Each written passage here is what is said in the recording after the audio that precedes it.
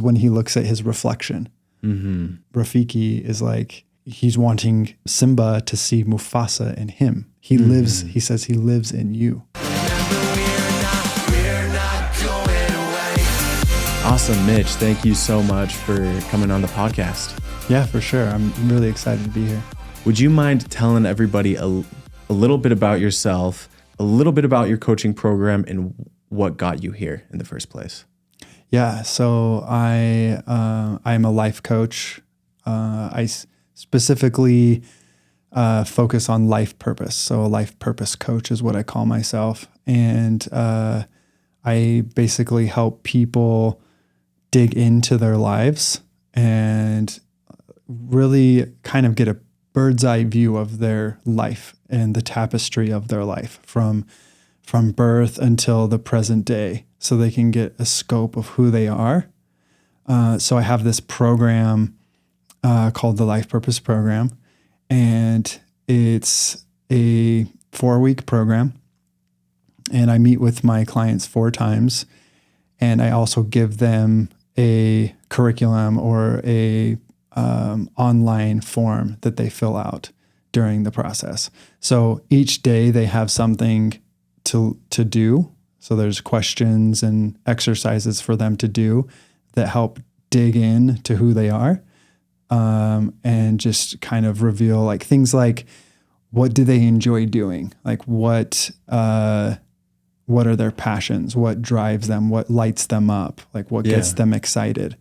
So digging into that, digging into their past, digging into their struggles, all of those kind of things I ask questions about, and they give me answers on. And then we go through it together because I think that I have a gift to see underneath the words. Like I can see what lessons or what gifts they have, or what life is trying to teach them. So I'm there to kind of be a sounding board, and also to kind of look into their words a little bit deeper, so that they can see a little bit deeper into themselves. And that's a big part of this whole program is I want people to see themselves from a different perspective, because we get so in our heads about who we are, and we have all these stories and beliefs and thoughts about who we are. And a lot of them are not true. Yeah. A lot of them are so far off, actually. And so we get this false perception of who we are, and we start to act like this false person. Where this life purpose program allows people to dig into themselves and then see themselves from a new perspective. And so part of it is they actually interview, my clients actually interview friends and family. They do 5 interviews, and I have all the questions laid out for them, but they interview family members or friends. And the reason why that's important is because people see you differently than you see yourself. Yeah. And they have an ability to look at you in a totally different way. And so by interviewing them and getting information about how they see you, and I promise it's good and positive, Have you ever had a client come up with a bad interview? No, I haven't. Okay, good. But I've had mediocre interviews. Mediocre, they're like, because sometimes the people they're interviewing just don't open up that much. They're a little more closed off, and I don't think you'd be too surprised by this, but a lot of times it's the dads. So if they interview their dad, they're just very to the point. Well, not even to the point, just kind of dry and not really a lot of detail. Yeah. So sometimes the interviews don't reveal as much if the person they're interviewing isn't really open and vulnerable, and that makes sense. Like taking the time to really answer the questions to the best of their ability than the interviews. But you have 5, so even if one is not great, you have the other 4, which is to rely on. That's awesome. Well, you weren't always doing this. And so I'd love to hear a little bit about your story, because you served a mission, and I'd love to hear your story coming back and eventually what led you to wanting to become a life coach and starting this program. Yeah. So where to begin with my story? I think that I've always been intrigued with my spiritual nature or my spiritual potential. I've always felt deep in my bones that I was destined to do something special. And a piece of that was my patriarchal blessing, like receiving my patriarchal blessing, revealed a lot of interesting things that I questioned in a good way, like what, things that it would point out about me or things that I was destined to do. Like, what does that mean? Like, what does it mean to be this, to have this gift, or to be this type of a person, or do this specific thing in my life? What does that mean? And so I always felt drawn to that. And also one of those themes is life purpose. Like, I always felt like, what is my purpose? What am I doing here? I want to do something special. I want to add value in some way. And in the LDS culture, religion, whatever you want to call it, I think life purpose is talked about to some extent. Like, it's not a foreign subject. Yeah, would you totally agree with that? Yeah. Yeah, I feel like it's talked about, but to me, not to the extent that it should be. Yeah. Because a lot of us, like, we as human beings constantly create things that have purpose. Like, this microphone has purpose. This chair has a purpose. It's a comfortable place for us to sit and relax. It serves a purpose. The light serves a purpose so we can see. And we're creating things all the time that have purpose. But if I was to ask 100 people what their life purpose was, I might get a couple people to tell me what their life purpose is. Totally. And so, life purpose, as in, like, not just a vague answer that most LDS people could spout off, which is to gain a body, come to earth, and get experience. Yeah, and exactly. So something a little more detailed than that. Right. Yeah. And I like that you brought that up, because that is, I think that's in large part the extent that people will go to. Yeah. Or that's as far as they will go. I guess what I wanted to say is they just think, oh, life purpose, I'm here to gain a body, gain experience, prove myself in some way to God, and have a family, or, things like that. Yeah. Which there is purpose in that, and that's great. And I don't want to diminish any of those roles that we play. Yeah. Because they are important. It's like a good start. It's a good start. Yeah. But actually, your life, I'm talking about something that you agreed to do before you came to earth, you and God, and you wanted to do this. This wasn't just some agreement that you made out of obligation. This is an agreement you made out of excitement. You wanted to do this thing for humanity, to give back to humanity. And so you covenanted, promised, whatever, to come and do this thing and fulfill this promise. Because by doing that thing, that purpose, you will elevate or raise the awareness and the vibration and of those around you.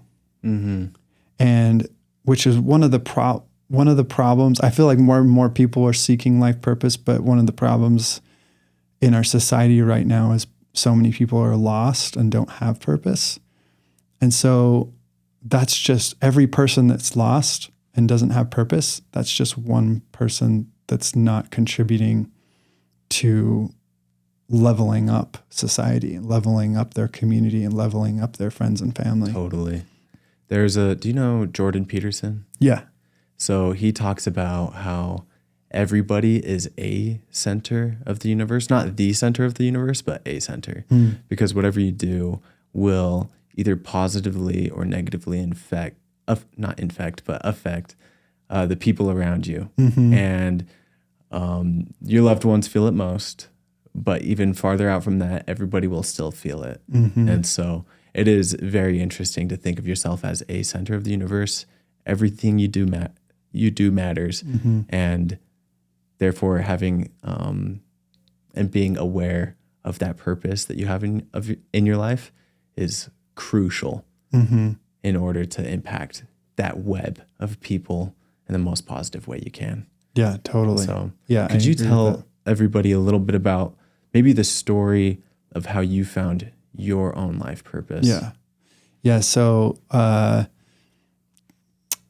just going back to what I was saying earlier about like, and I totally jumped off of that, but my life purpose was always something that was on my mind, or at least to some degree. I don't think I fully grasped it or what that was, or that I had a specific one until later. But basically, after returning home from my mission, where I had a great mission and I loved it. It was super hard, but also really fulfilling. I had some awesome experiences coming off of that high, and then just getting into life, going to school, trying to figure out what I wanted to do with my life.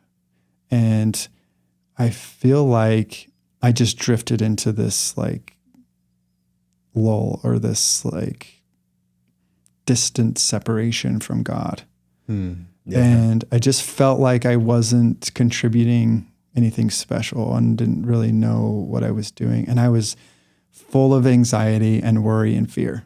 I lived in that. I lived in anxiety daily. And as a perfectionist, never feeling like I was good enough or what I was producing was good enough. Ultimately, looking back, my own mind was creating that separation from God. It wasn't that God was distancing himself from me, because that doesn't happen. I know that now. God never does. But I was, because of focusing on my perceived flaws and how I wasn't good enough, that created that separation. So for 10 plus years, I felt very distant from God.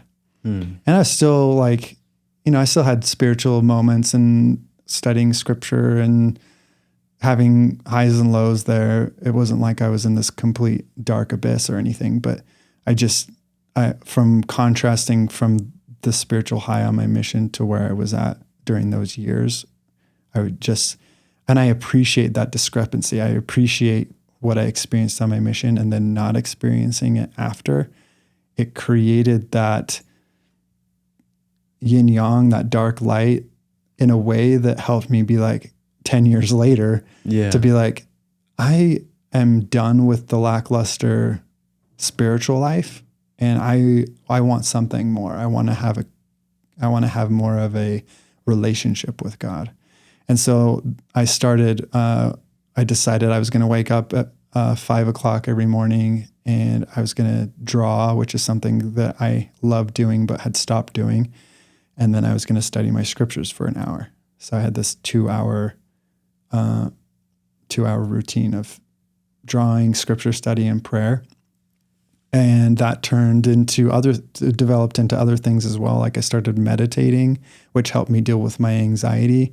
And ultimately, I attribute a lot of the prayer and meditation to opening up my awareness to like this idea that I can be something. I can be something special, and I can do something special, and I want to help people. The meditation helped me get out of my head and my anxiety and my worry and my fear.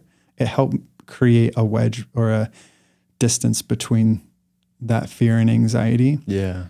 And thinking clearly and feeling God and being present with God. And so I started to get to know myself more. I started to understand myself more. I started to want to know myself more. I started to want to love myself. And when you really start to dig into who you are and you're willing to go the distance with who you are, you will find amazing things. And I started to just appreciate who I am and that I have a story and that I have value and that I have something to offer. And so I started searching over about 5 years of doing that. I started to think about like, what do I want to do? Who do I want to be? And what do I want to offer this world? And that's what led me to coaching. And coaching is an interesting thing because I never really considered it. And I guess I fully didn't know what it was like to be a life coach was. But once I found life coaching and it was like, I'm going to get certified in this. And I told friends and family, they were like, oh yeah. Yeah. You'd be great at that. Totally you. Yeah. It was, to me, I was like thinking, well, surprise, I want to do this really weird thing that I'd never even talked about or considered before.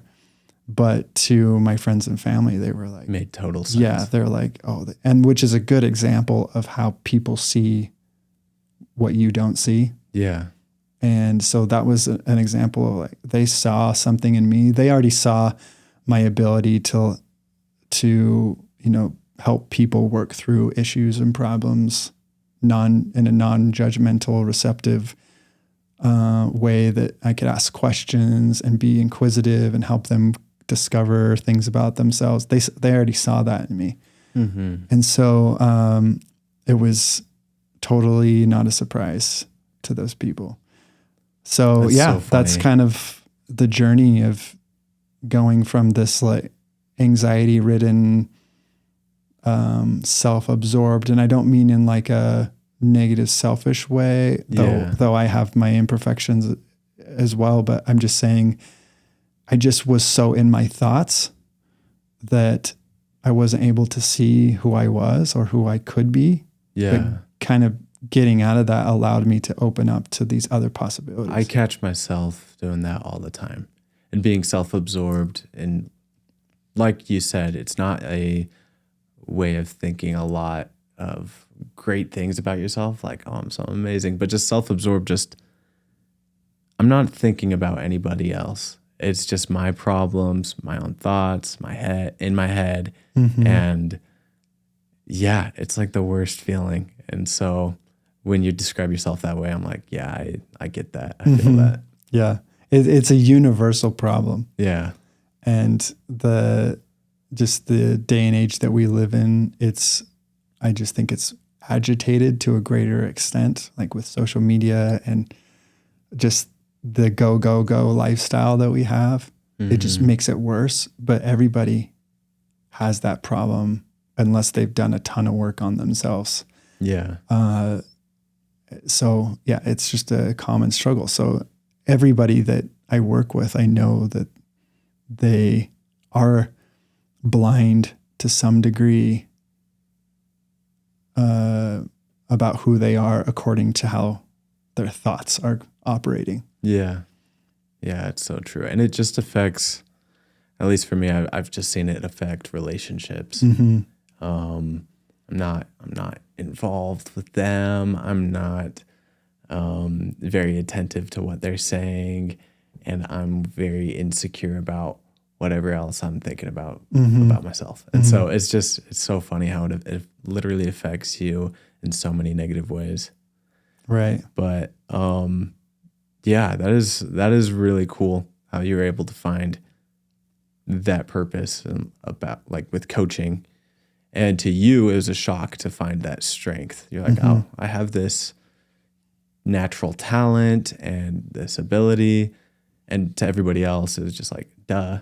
Yeah. And so it just kind of goes to show, it's like, oh, why don't we ask those kind of people what they think about us? And Yeah. maybe we'll find those talents or natural abilities a lot faster than we would have. Yeah, totally. And we think that, just going back to this idea of have you ever heard the quote? Let's see if I can get this right. But I'm not who you think I am, and I'm not who you think I am, but I am who you think. Wait, I got it. Isn't it? I'm not who I think I am. I'm not who you think I am. Yeah. I am who I think you think I am. Yes, exactly. I love that quote. It's so good. Yeah. So we're in large part walking around thinking about how everybody else is perceiving us.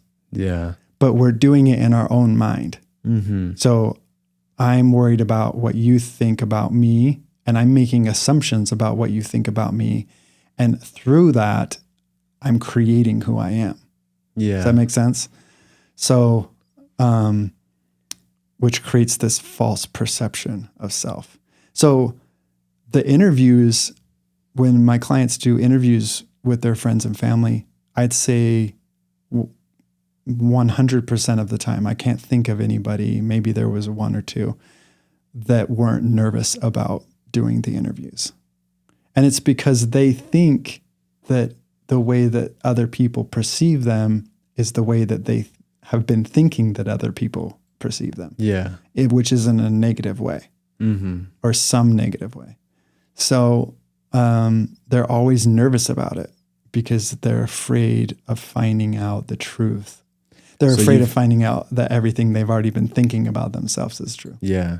So you've never had a narcissistic client that thinks everybody thinks he's great? No, I haven't. Okay. I haven't attracted those kind of clients yet. They probably wouldn't be seeking out a life coach. Yeah, they probably wouldn't, or at least they probably would think they're already living their life purpose. Yeah, probably. So, yeah, that's funny. I haven't. Yeah, I'd say all of them.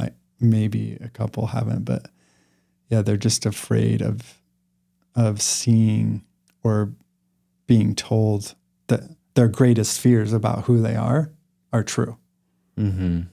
And I can also say 100% of the time, it's not who they think that they think people, it's not who they think others think that they are. Mm-hmm. So they're always overjoyed with the response that they got from people, and often move to tears because they're just blown away at the things that people think about them, because they've just been so focused on their inadequacies or where they fall short and what they don't have in comparison to everybody else. And we're constantly looking, and this is part of our culture too, and our society, is that we're constantly comparing ourselves to others. So that creates this this sight of only being able to see what you don't have in comparison to somebody else. Mm-hmm. And that's your standard. Whoever you emulate, or whoever you want to emulate, whoever you follow on Instagram or whatever, they're kind of the standard. And so you judge yourself according to them, and you see the difference, and you focus on the negative difference between you and them. And then the travesty is you lose sight of all the beauty that is you, and the gifts that you offer, and all the wonderful life story that you have. And instead of focusing on those things and building those things, you're just lost in comparison and judgment.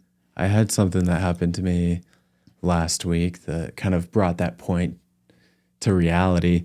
I have a friend who he's never been good at expressing his emotions or being vulnerable, even with his really good friends. Yeah. And I got a random voice note from him, and he's just like, "Hey dude, I just got out of a breathwork session and I'm just feeling all these weird emotions." He's just like, "I just want you to know how much your friendship means to me. Wow. And you're just such a good guy, blah, blah, blah, blah." And he's saying all these, not blah, blah, blah, blah. It was Yeah, I know what really you good mean. stuff. You know Yeah. what I mean? But he's just saying all these really kind, good things that like obviously made me feel good. But then he said, there's been a lot of points in my life when I've been jealous of you. And this is a guy who he got married pretty fast after his mission. He has 2 beautiful kids. He's done very well in business, has like multiple properties. He's done great things. And it just made me think, I was like, that's weird, because I've been jealous of you for so long. Like, what is there about me that makes you jealous of me? And it just made me think about it. And we do compare the worst parts about ourselves to the best parts about other people, even our best friends. And we could see somebody that we'd think that they're made of steel and 7 foot tall, but in reality, they see you the exact same way. Totally. Yeah. And that's what you just said is massive. Like realizing that very thing is that we're all just looking around and looking at each other as the standard, and everybody else is seeing other people's beauty and other people's accomplishments and what other people offer. And everybody is doing that while simultaneously thinking negatively about themselves because they don't have that. And it's sad. It really is sad. And I was in that place too. I was in that place of just, loathing the self and not seeing myself as valuable and not connecting with people because I was afraid that they'd know the true me, and not being vulnerable because I didn't want them to know what a flawed person I was. Yeah. And not thinking that I had anything to offer. Because maybe they wouldn't love you if they knew how they flawed of a person you were. Exactly. Yeah. Rather than looking at everything you don't have, everything you think you lack, start changing your mindset to look at what you have. And if you can't see it, I can help you with that. But just this idea of God created you. You are a unique individual, a unique intelligence embodied in spirit and flesh. And I love the story of Enoch. We read the story about Enoch and how God called upon him. And Enoch was like, basically like, why are you calling upon me? I'm just a kid. Yeah. I don't have Everybody anything. hates me. Yeah, everybody hates me. Yeah. Which is awesome, actually, thinking about how we perceive and think that others, what they think about us, and how that kind of runs through our minds. Is Enoch was stuck probably in his beliefs about what other people think about him. And he was so focused on that rather than God and who God created him to be, that it blinded him. And God showed up and said, hey, you're way more capable than you know. And there's so much more for you to do. But we have a bird's eye view of that whole story, right? Yeah. So we know where he was in his self-doubt and self-pity. And he moved out of that. And we know that he created a Zion civilization that was taken up. So it really, that concept is really kind of at the core of my life purpose program, is I want people to see the beauty of their creation, that God created them for a purpose. And they actually co-created, this is a belief of mine, I guess, co-created this existence with God. Yeah. It wasn't like an assignment. Like Yeah. God said, I'm sending you here. You're going to be born here to these parents, and all these things are going to happen. I think that it was a co-creation between you and God. You decided together, this is what I want to accomplish. These are the gifts that I've cultivated in my pre-earth life. Here's how I want to live that out, and here's how I want to make an impact. And it wasn't just random. You are not random. Nobody's random. It's this beautiful tapestry of life, and you are a beautiful tapestry created by your higher self, your true self, and God. And you have gifts that are hidden from your gifts, talents, whatever you want to call them, hidden from your awareness. You might be aware of some of them, but I help you discover more of them in the program. So you have gifts that are innate within you. And by tapping into those, you will help others to a great degree. And so seeing that light inside of you, seeing that you offer an incredible amount of value, and really the value that you offer is whether or not you're able to see outside of your own beliefs and thought processes. If you can get out of that and see your true nature, your value, and your importance in this whole plan, that is what I want to help people to see. And ultimately, that's also what I believe Zion will be built by, is by people living their purpose. Yeah. And coming into this, it's going to be a collaborative society of like-minded and like-hearted, pure-hearted people. And part of what causes them to step into that pure-heartedness and like-mindedness is this idea that they offer something to this community. Yeah. And they have a work to do to usher in Zion. Everybody has a work to do. Whether or not they live it is another story, but everybody is included in that. And everyone has a purpose. And just to speak to a little bit about my purpose. So when I started really thinking about life purpose, so this was I had already taken my first coaching certification. So I was already, I think, just finished my first coaching certification.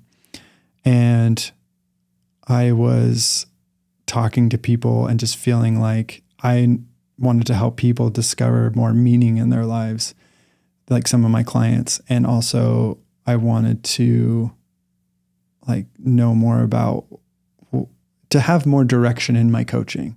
Yeah. Like, am I just a coach, or is there something specific that I'm supposed to be doing?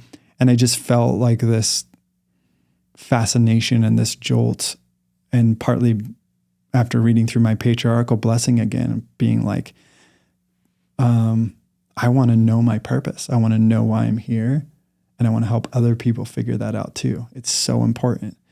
And so I was in Barnes and Noble one day, and I'd bought some books, and I walked out to my car, and I had this distinct impression to pull my phone out and go to my Audible app and look up life purpose.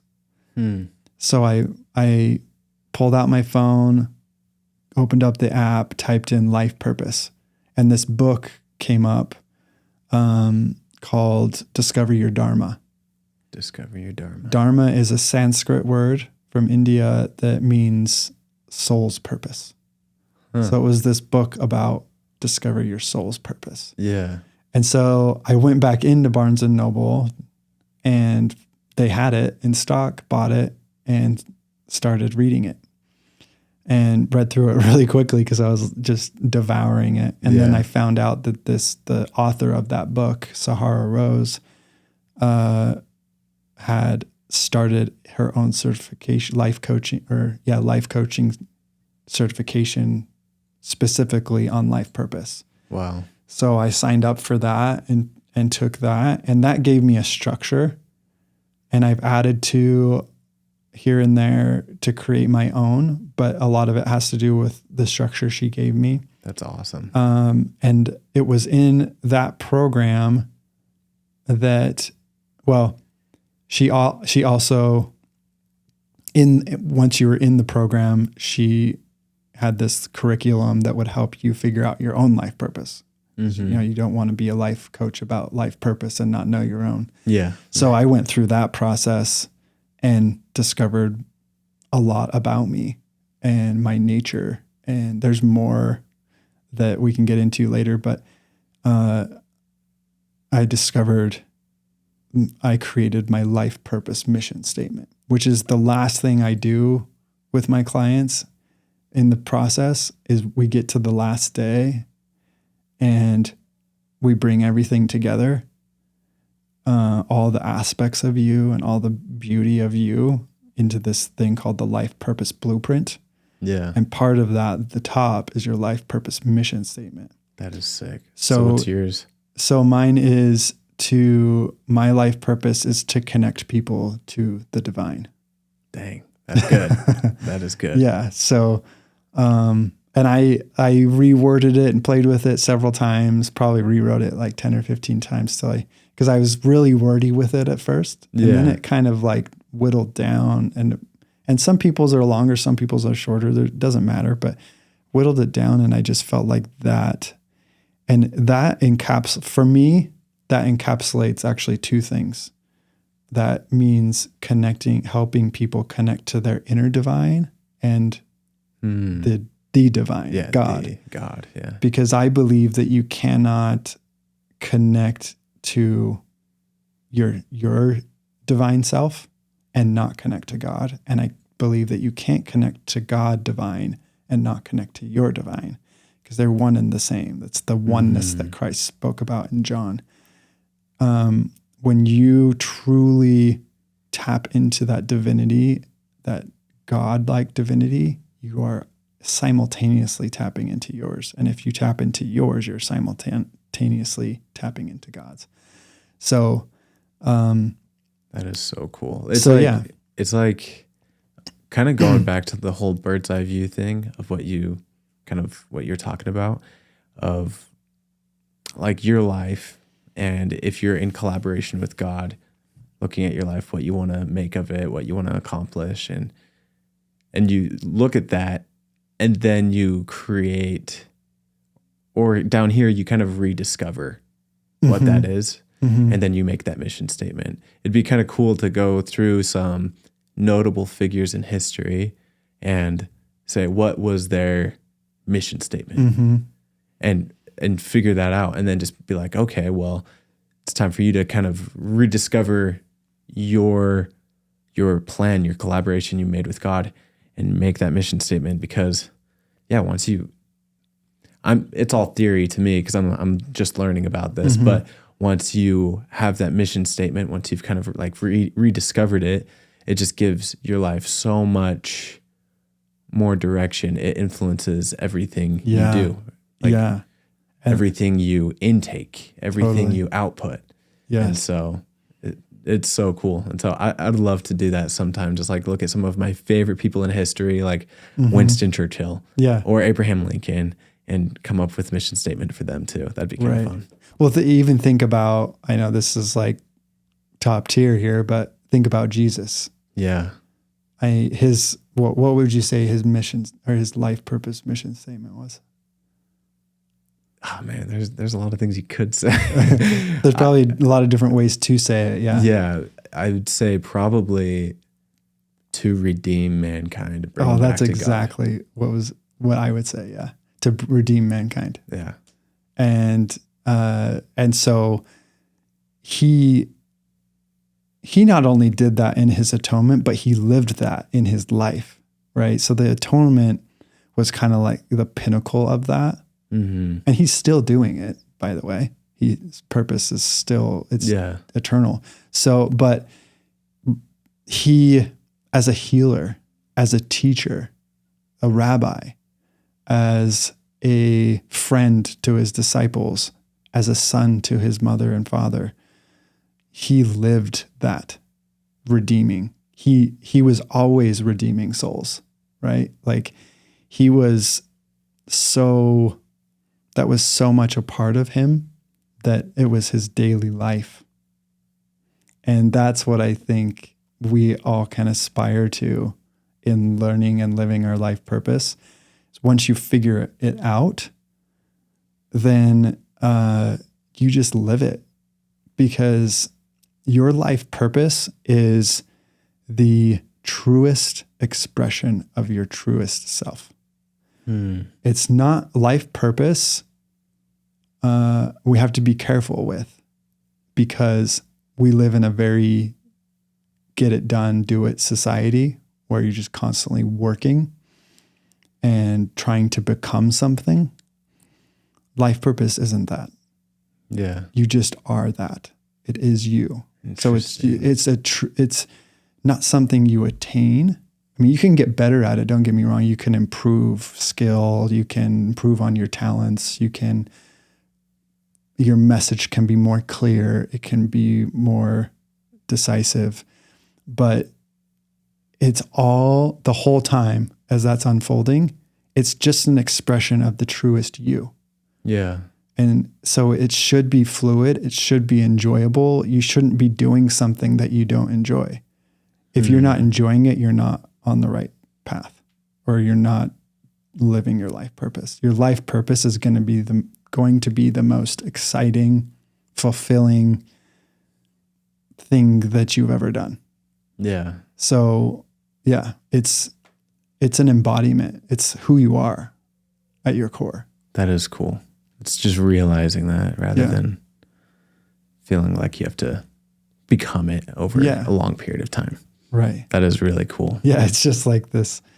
There's a quote that says, perfection is not in the attainment or attaining all of these things. It's actually in the letting go of everything. So I'm trying to wrap my head around that. It's kind of a deep one. Letting go of all these things. Yeah. So letting go of the same things that you're trying to obtain, kind of thing. It's so in the physical world, we're constantly trying to add things to ourselves. So like, whether it's possession, like money, cars, a nice house, a family, we're trying to add value by doing all these things, by accomplishing all these things, or buying all these things. We're trying to add value to ourselves. You can't do that. That's a false perception. You can't add value to yourself. Value is intrinsic. And same with love. You're ever loved by God. You cannot earn God's love. You cannot earn value and cannot earn worth. It's intrinsic. And so what that quote means is, and I didn't quote it exactly how it said, but it's in the realization that you can't add anything to yourself. So when you let all of that go, like this idea that I have to add value, worth, and love, you let all of that go and you just are who you are. That's what God wants. That's what you want, actually. What you really want is your truest self, because your truest self is the coolest, most amazing person. Honestly, sometimes I feel that way when I read my patriarchal blessing. I'm like, I want to be that guy. Yeah. He's so cool. Exactly. But I don't feel like I'm there. I don't feel like I am that guy. But why? I don't know. I don't know. Because you've been raised in a society that teaches you that your worth is obtained by adding to.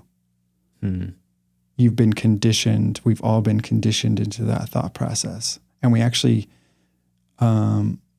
affects our relationship with God, which is the biggest travesty of all. Because we are constantly thinking about what we've got to do better in order for God to love us and accept us and give us his blessings. But God just wants us to be who he created us to be. Just our true, authentic self, and to let go.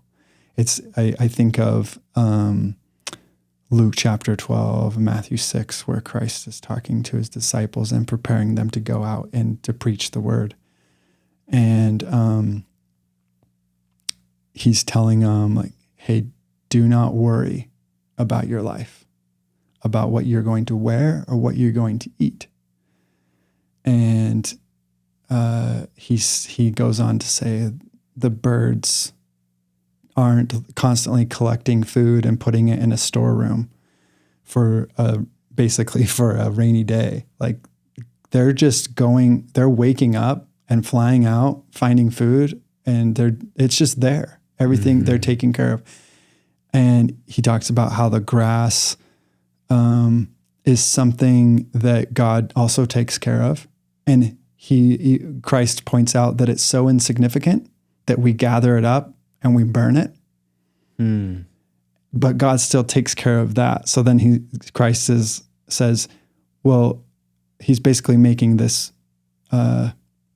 parallel that, well, if God is going to take care of the grass to that great extent where it's fed and taken care of and has everything it needs, and it's so insignificant, why then, if I'm sending you out on your mission to live your purpose, why wouldn't I take care of you? Mm-hmm.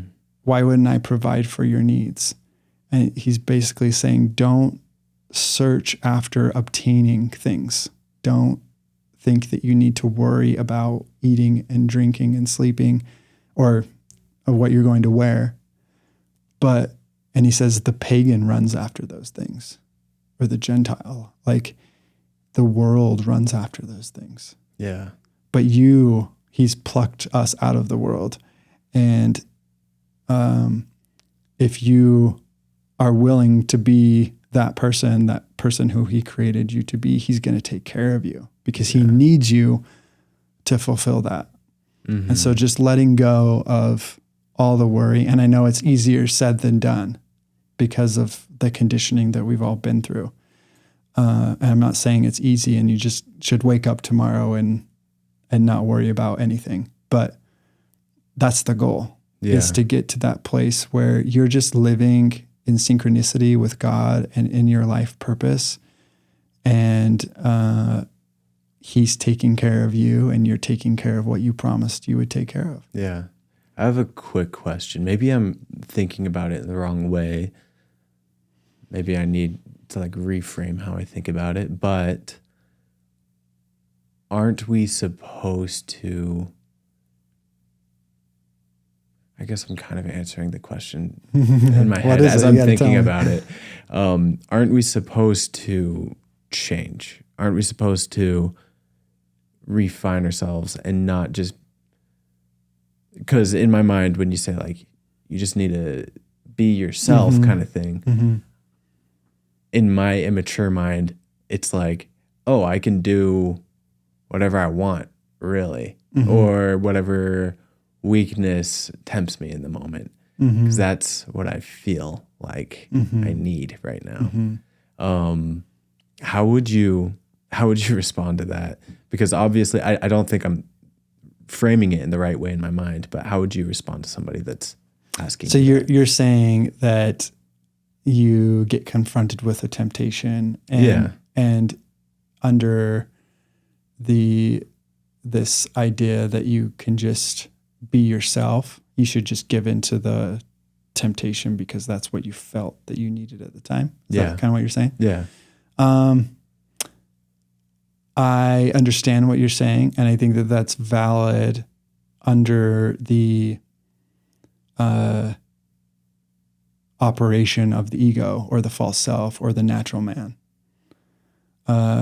So we're blinded by our thoughts and our belief systems. And so we can't rely solely upon how we feel in certain moments. Let me back up. So you said something, I'm trying to remember what you said before that. It was before you got into the example. It was about change. Yeah. So, yes, we need to change and transform, but the part that's changing is not our true self. Our true self is ever present. It's always there. It's untainted. So the part that's changing is the ego part. Yes. It's the ego, the false self, the natural man. How can you tell the difference though sometimes? It's sometimes hard. It's hard. But as you take time to like spiritually connect or meditate, to separate your thoughts a little bit, to view your thoughts from a distance, you can start to see it. You can start to point out what thoughts are false and what is coming from your true self. And in large part, it goes back to the scripture that talks about that anything that is good is of Christ, that encourages you to do good. Anything that is encourages darkness is it's not of yourself. And Alma talks about like planting the seed, the word, and if it expands, in other words, it enlightens, it lifts, well, then you know that is of God. It's of your true self. Mm-hmm. Yeah. And so you need to change. We all need to change, transform. That's repentance means change. So we're repenting, but it's sort of like we're repenting or we're changing our false perception of who we thought we were. Mm-hmm. Yeah. So we're letting go of who we thought we were. Mm-hmm. And we're tuning in to our true self. Our true self is divine. It's untainted. It's of God. It's not imperfect. Yeah. The false self is what's imperfect. So it's letting go of all the false perceptions of the false self. That makes a lot of sense, actually. And the true self is eternal. Mm-hmm. This is something I love about LDS doctrine, that it teaches that it can't be created and it can't be destroyed. Mm-hmm. And it's eternal. And it's this beam of light within us that is divine. It's untainted. It's not evil. It's pure. Yeah. And it has no beginning and no end. Whereas the ego, the false self, the natural man has a beginning and an end. Mm-hmm. It was born in this life and it will end.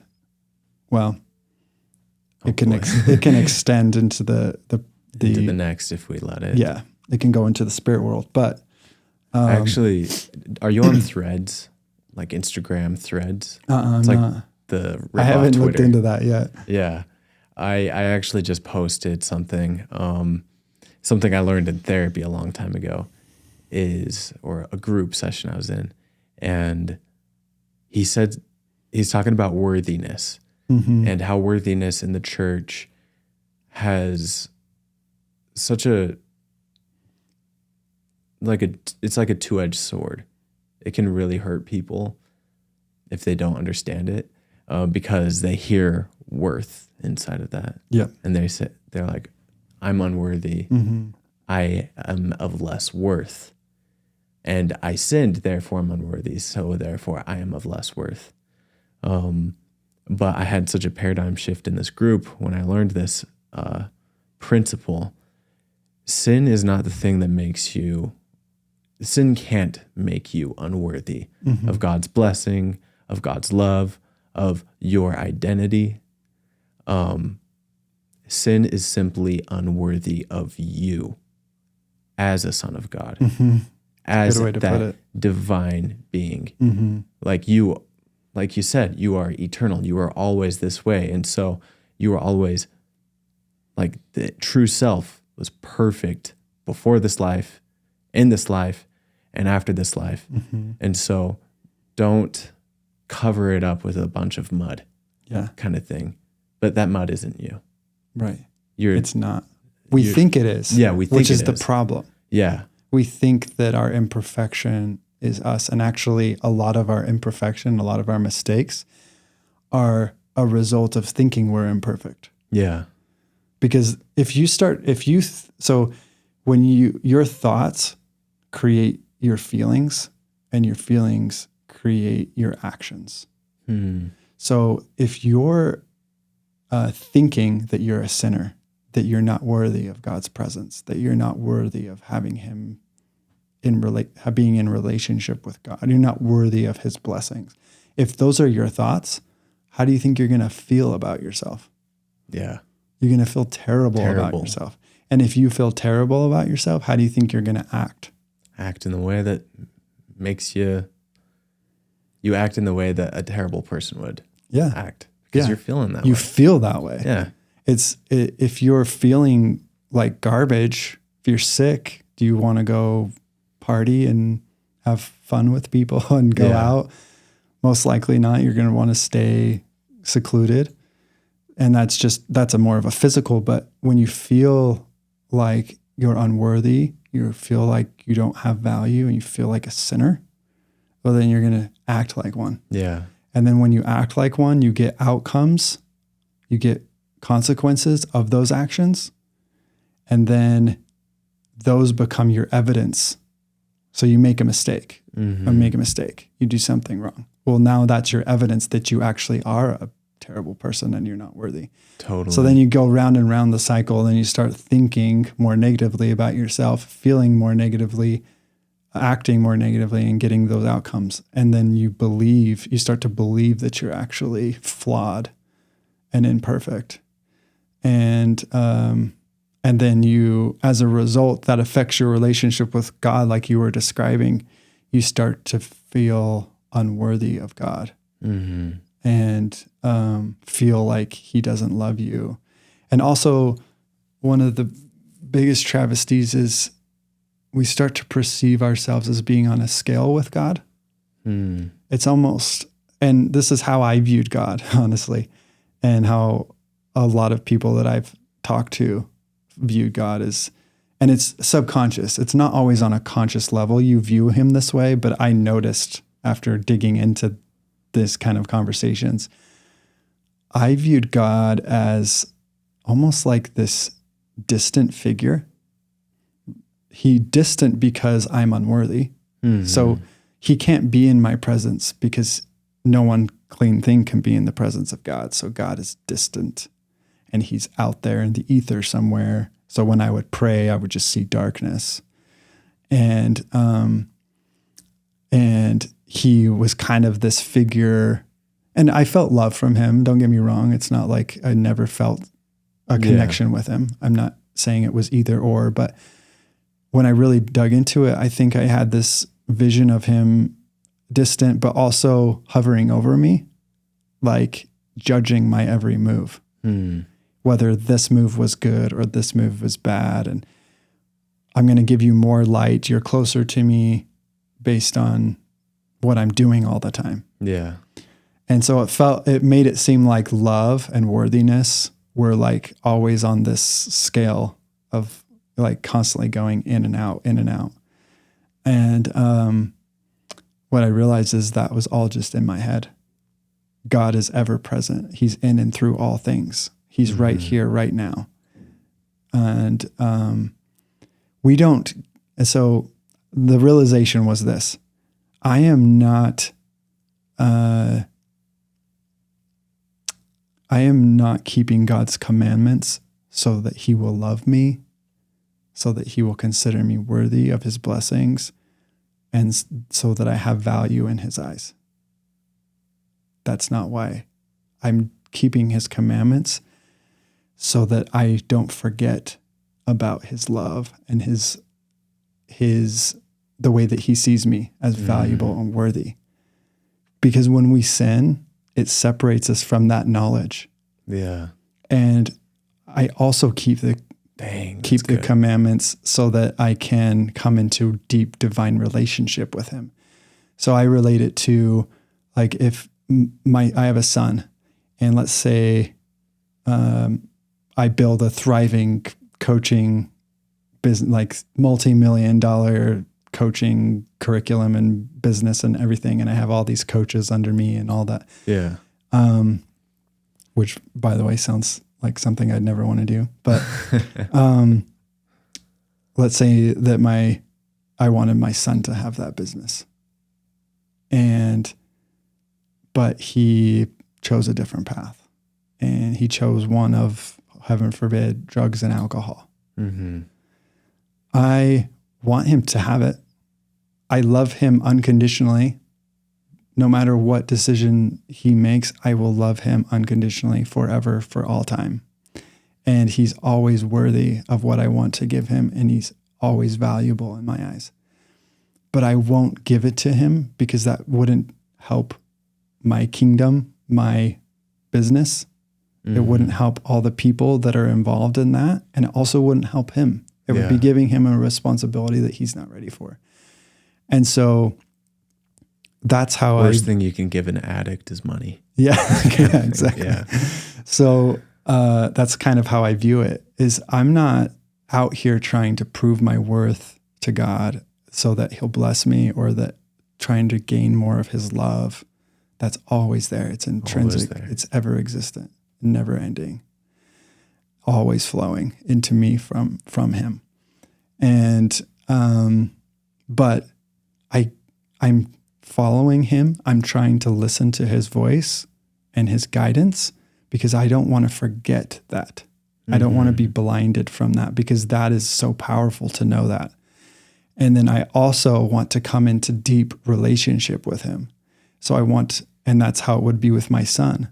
Mm-hmm. If he let go of those things, and obviously if he was interested in the business, and we could have that camaraderie and work together and have a really close relationship, that's why he's aligning himself with the standards that I need him, or the person I need him to be in order to run that business. Same with God. He needs us to be in a certain frame because he has all these children that he wants us to help. Yeah. He needs to be able to trust us. Yeah. He needs to be able to trust us, but it's not that he doesn't love us. Yeah. Yeah. It's just that we don't have that relationship. Yeah, totally. Yeah.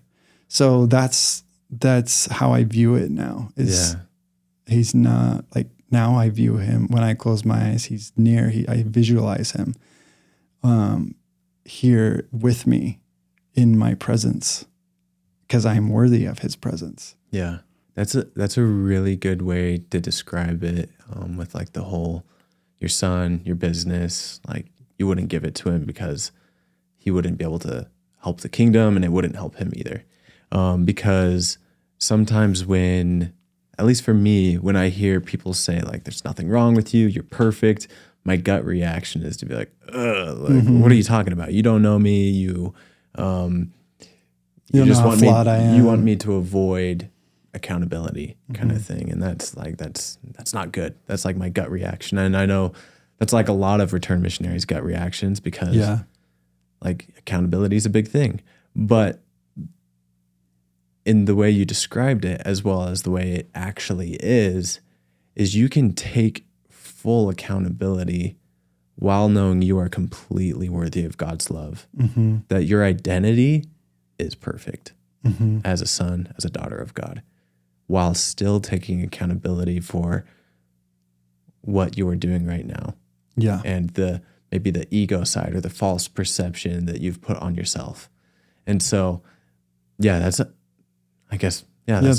really good addition to that too. Is like, I am not in no way saying that you say there's an addiction or a bad behavior in some way. I'm not saying that you don't do anything about that. Yeah.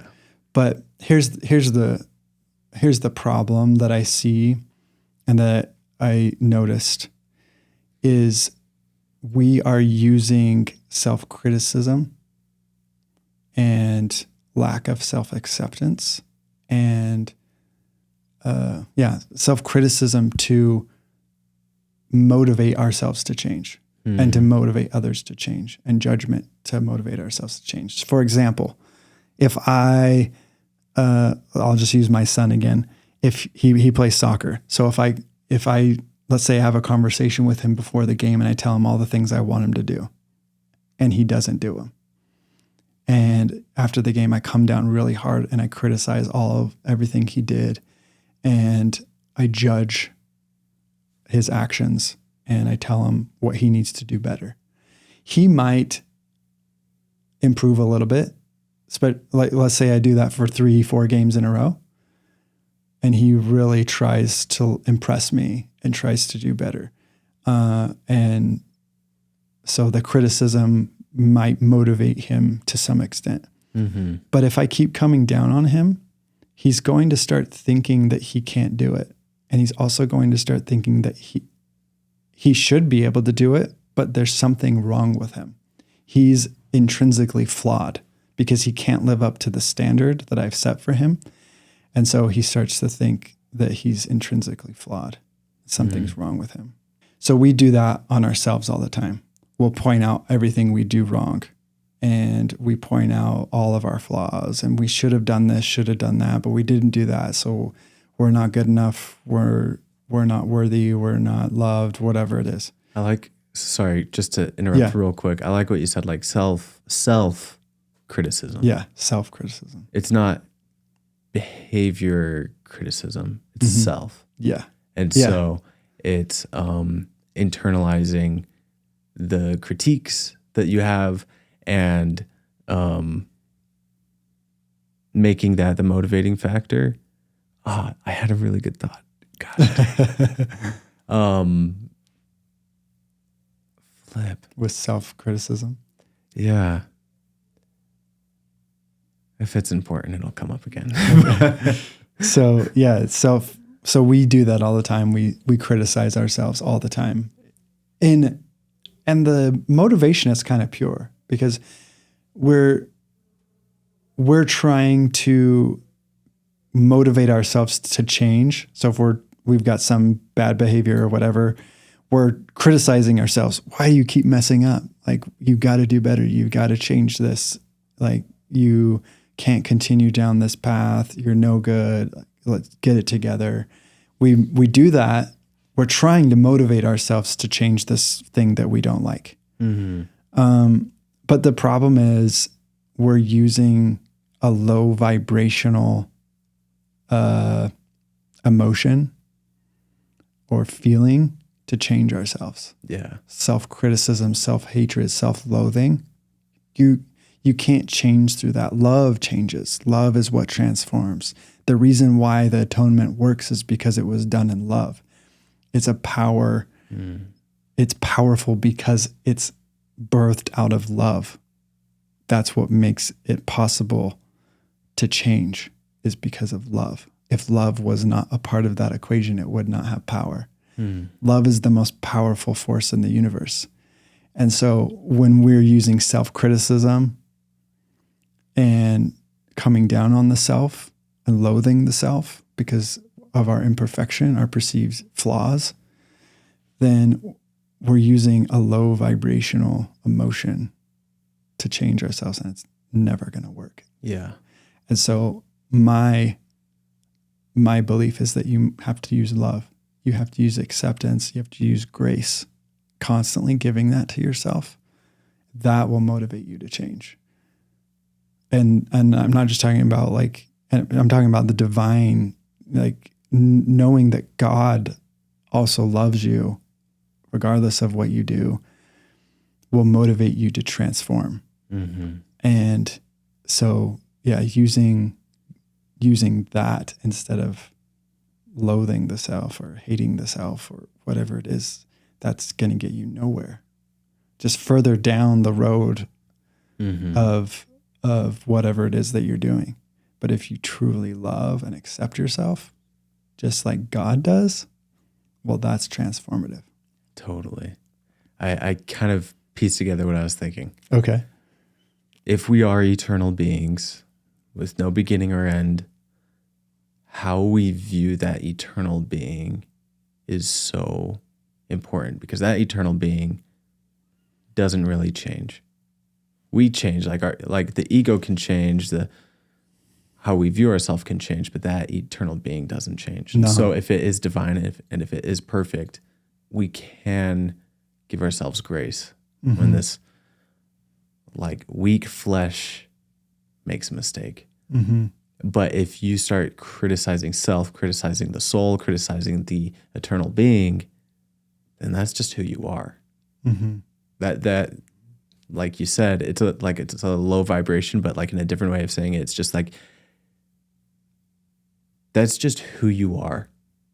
You're a hateful person in your own mind. In your and so own you mind, can't, and you're a self-loathing person. You and become so that person. You've become that person, and you Yeah. can't, like you said, you can't change. Certain behaviors can change for a time, but It won't be the lasting. self won't change. And so that's amazing. And just taking it back to the like Mormon doctrine, the eternal intelligences. It's so interesting. Yeah, it really is. Man. And the other side of that, like the intelligence where we came from, the other side of it, as well as if you are this eternal divine being created of God, and you are of God.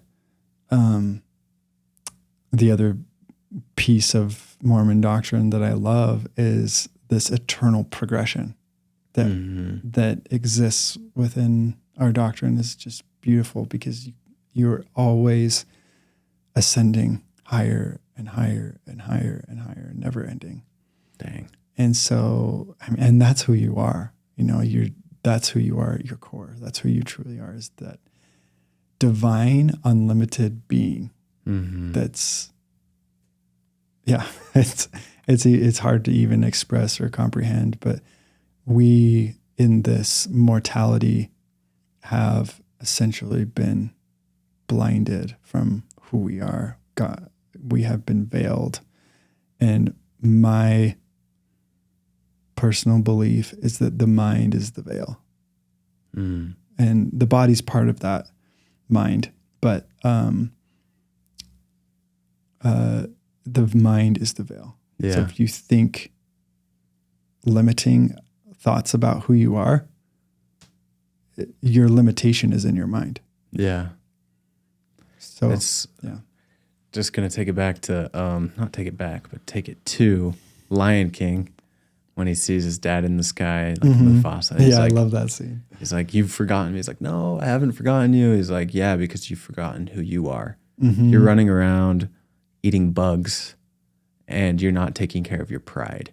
Yeah. Like, you could be so much more." Right. And he forgot who he was, what his divine purpose was to lead his pride and rule over the animal kingdom, which is pretty dang dope. Right. But instead he's running around eating bugs. Right.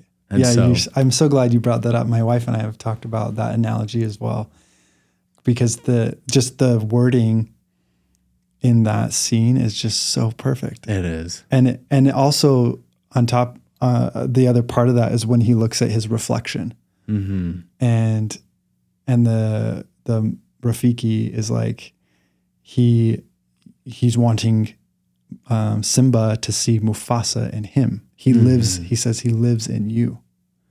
Same kind of thing, like with our divine potential. God is part of us. We are part of God. He lives in us, but we're so captivated by the external world that we don't pay attention to that God is within us, and it's this like that divinity, or what Christ talks about with the well that springs forth out of the heart.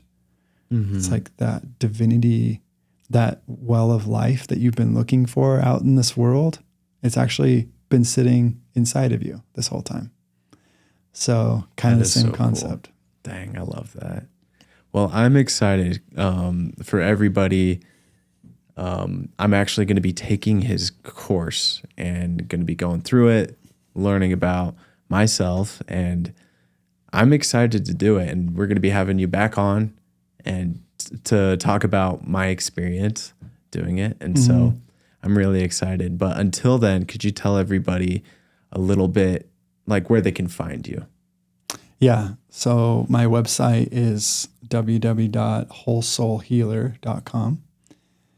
And my Instagram is Whole Soul Coach. Yeah, that's where you can find me. Awesome. Well, thank you guys for listening in, and we'll see you guys next time.